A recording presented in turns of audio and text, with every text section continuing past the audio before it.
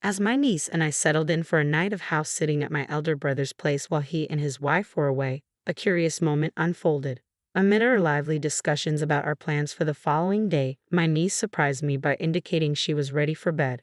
With swift determination, she slipped into the closet without hesitation, leaving me momentarily stunned. Hastily reaching out to stop her, I was met with a puzzled look. I'm Melissa, a 24-year-old housewife, and my brother, 5 years my senior, has always been a steadfast presence since we lost our parents early in life. Our bond remained strong even after we both married, and we continue to lean on each other for support.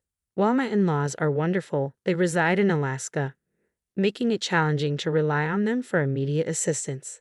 As for my brother Sam and his wife, their union was hastily arranged after a clash with her parents, leading to an ongoing estrangement.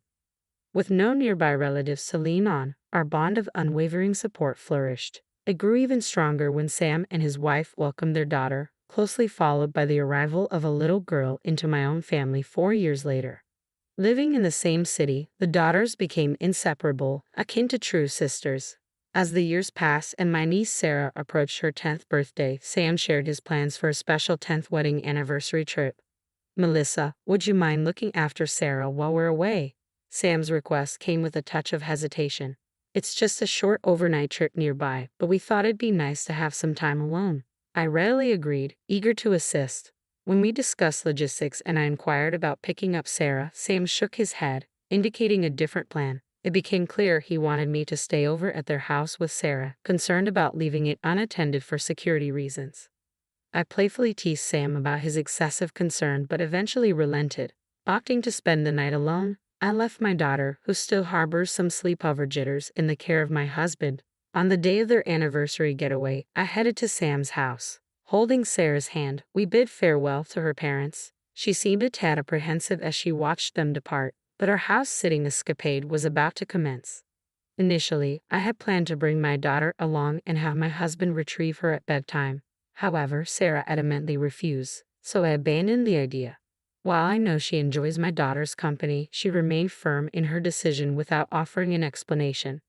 Sensing her disappointment, I'd offered to treat her to a playdate at my house after breakfast the next day, sparking a glimmer of excitement in her eyes. Sarah typically tailors her play to include my daughter, so I brought along some slightly more intricate games and puzzles that adults could also enjoy. As I laid them out, I asked her what she fancied playing. We whiled away the hours engaged in games and cooking dinner together, yet Sarah remained by my side, casting nervous glances around the room. Initially, I attributed her behavior to potential loneliness or lingering nerves from being away from her parents, but even after several hours, her demeanor didn't shift. Concerned, I gently probed if something troubled her, but no matter how many times I inquired, her response remained the same. "No, it's nothing," without divulging further. Sarah's guarded behavior hinted at an unseen apprehension. It wasn't until bedtime approached that I grasped the gravity of her unease. Sarah slipped into her pajamas, a smile adorning her face as she swung open the closet door, and declared her intention to turn in early, planning to head to my house in the morning. To my surprise, nestled within the closet was a bed, its presence catching me off guard. Attempting to make sense of the situation, I watched as Sarah swiftly settled onto the bed, bidding me good night while nudging the door close. My astonishment spilled out in a raised voice. "Wait, Sarah, are you planning to sleep in there?" Her response, delivered with a solemn expression, affirmed her decision. "Yes, but it's okay. I'll keep it slightly ajar. If anything happens, I'll wake up immediately." Concealing my bewilderment, I extended an invitation for Sarah to join me in my own bed. After some hesitation, she relented and joined me. She explained her desire to keep the bed in the closet as a hiding spot. Though perplexed by her reasoning, I reassured her it was perfectly acceptable. With a bright tone, I queried why she felt the need for a hiding spot. After extracting a promise from me not to chuckle, she leaned in and whispered, "The monster might come." At first, one might assume she was just an innocent child, but the tale she spun shattered any semblance of innocence. Sarah trembled, clinging tightly to my arm.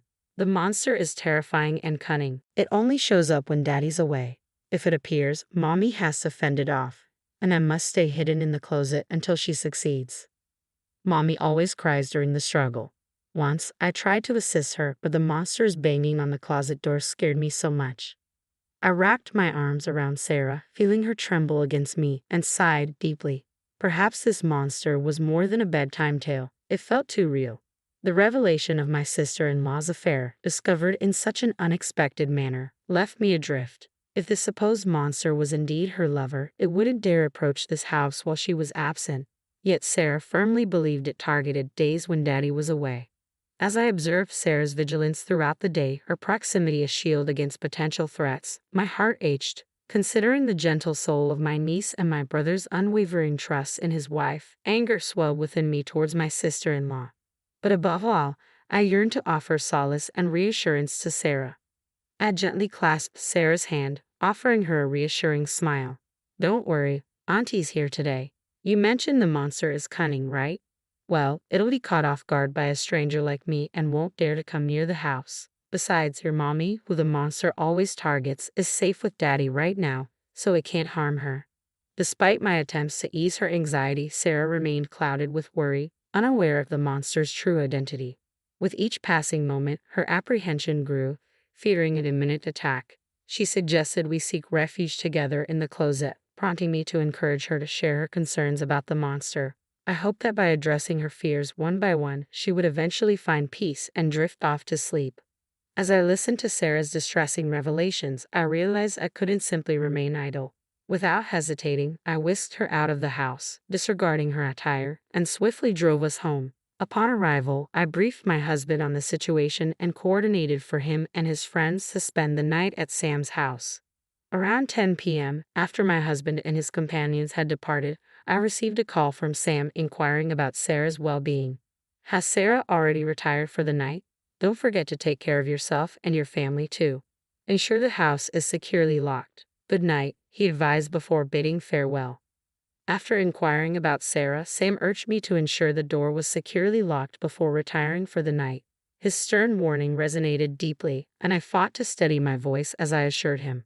Once the call ended, I glanced at the peaceful slumber of Sarah and my daughter, steeling myself to confront the lurking menace. The following morning, my husband returned from my brother's house, and my emotions swirled with a mixture of fear and anger as he recounted the events of the previous night. Relief washed over me, knowing my actions had been justified.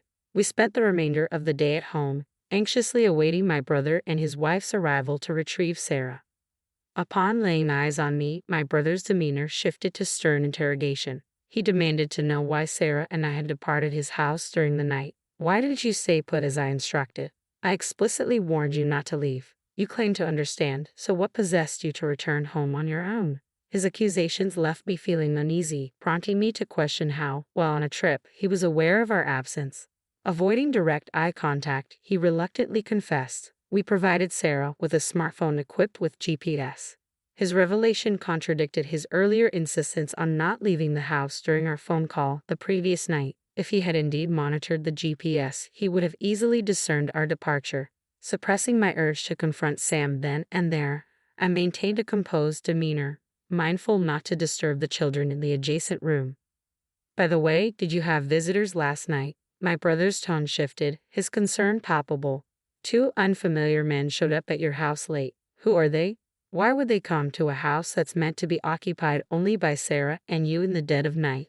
His voice quivered, though not from fear of the unknown intruders, but from a different source altogether. As he spoke, it became evident he was treading cautiously, his eyes darting around. "About those men," I pressed for clarification, but my brother's attempts at evasion were interrupted by his wife, Kate. Whether she was anxious about further discussion or for other reasons, she abruptly called for Sarah and declared they were heading home. As Sarah emerged from another room upon hearing her mother's call, Kate seized her hand with an unmistakable force. Abruptly, Sam's demeanor shifted, his words carrying an abrupt finality. "I can't forgive what happened, but we're leaving today," he declared, urging Sarah to depart the room. Despite my efforts to dissuade them, my brother and his wife remained resolute in their decision to leave. Ignoring my pleas, they pressed on without a backward glance.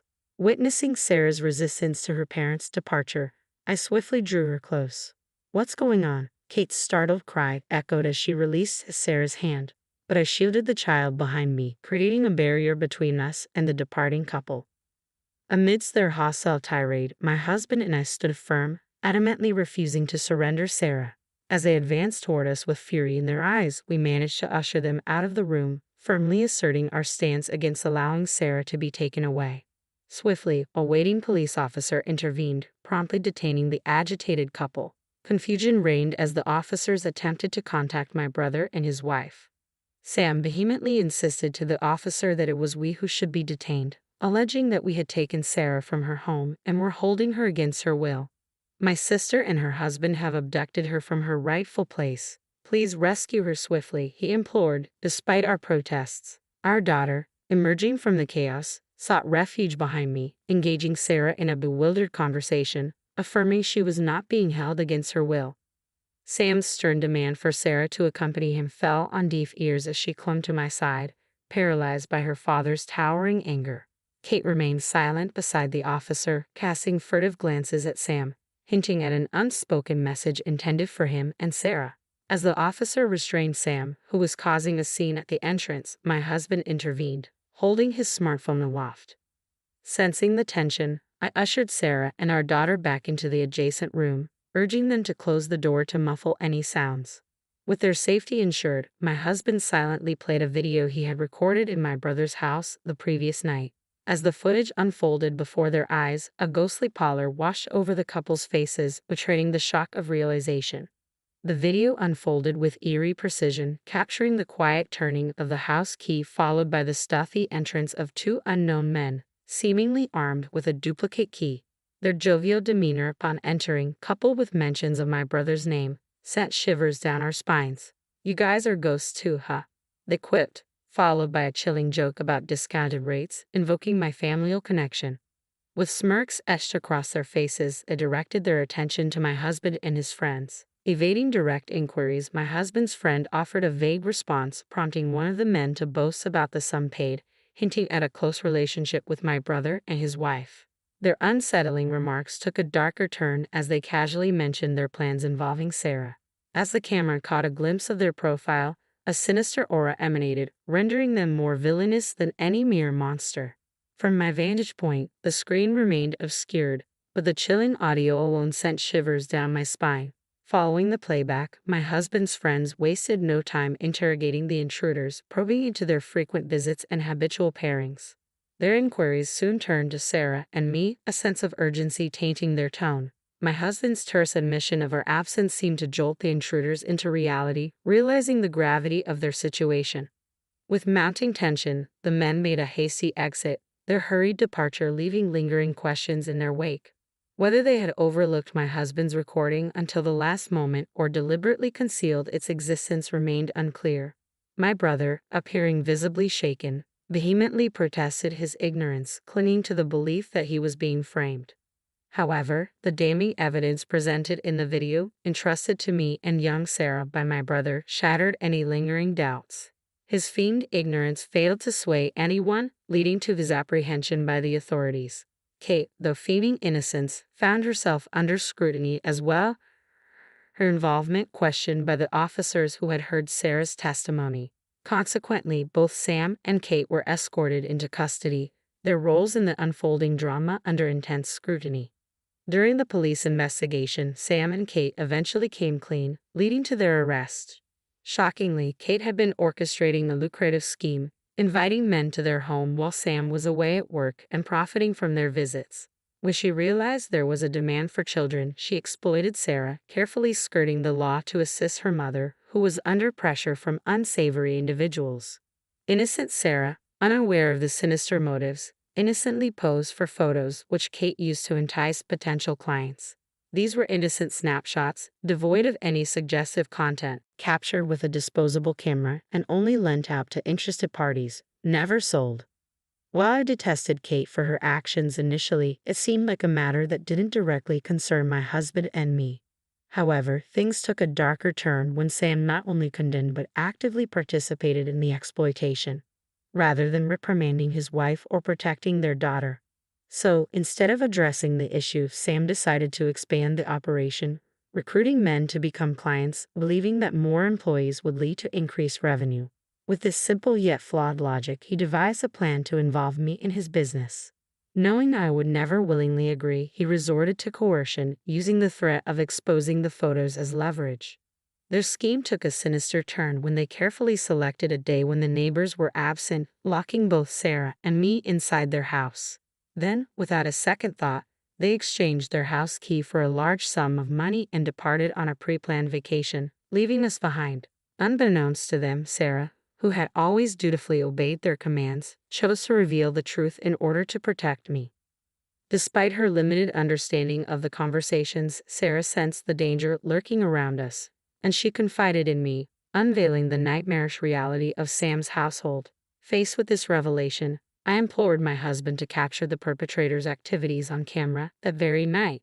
Their inadvertent disclosure provided crucial evidence for the police, prompting swift action upon my report. Simultaneously, I notified Child Welfare Services to ensure Sarah's safety. From the vantage point of the police bus, we watched as Sam and Kate were apprehended at their doorstep, finally shielding Sarah from their grasp. Despite being first-time offenders, the severity of their crimes, including violations of child welfare and anti-prostitution laws, warranted their imprisonment. The police emphasized the gravity of the situation, particularly the implications of the stored images of the child, which could never be completely eradicated once leaked online. The chilling reality of their actions struck me to the core as the police relayed this information. Fortunately, Kate hadn't digitized or sold the photos of Sarah and had kept them securely stored, averting any potential leaks. It's baffling to comprehend how my once kind and dependable brother Sam could devolve into such a monstrous figure.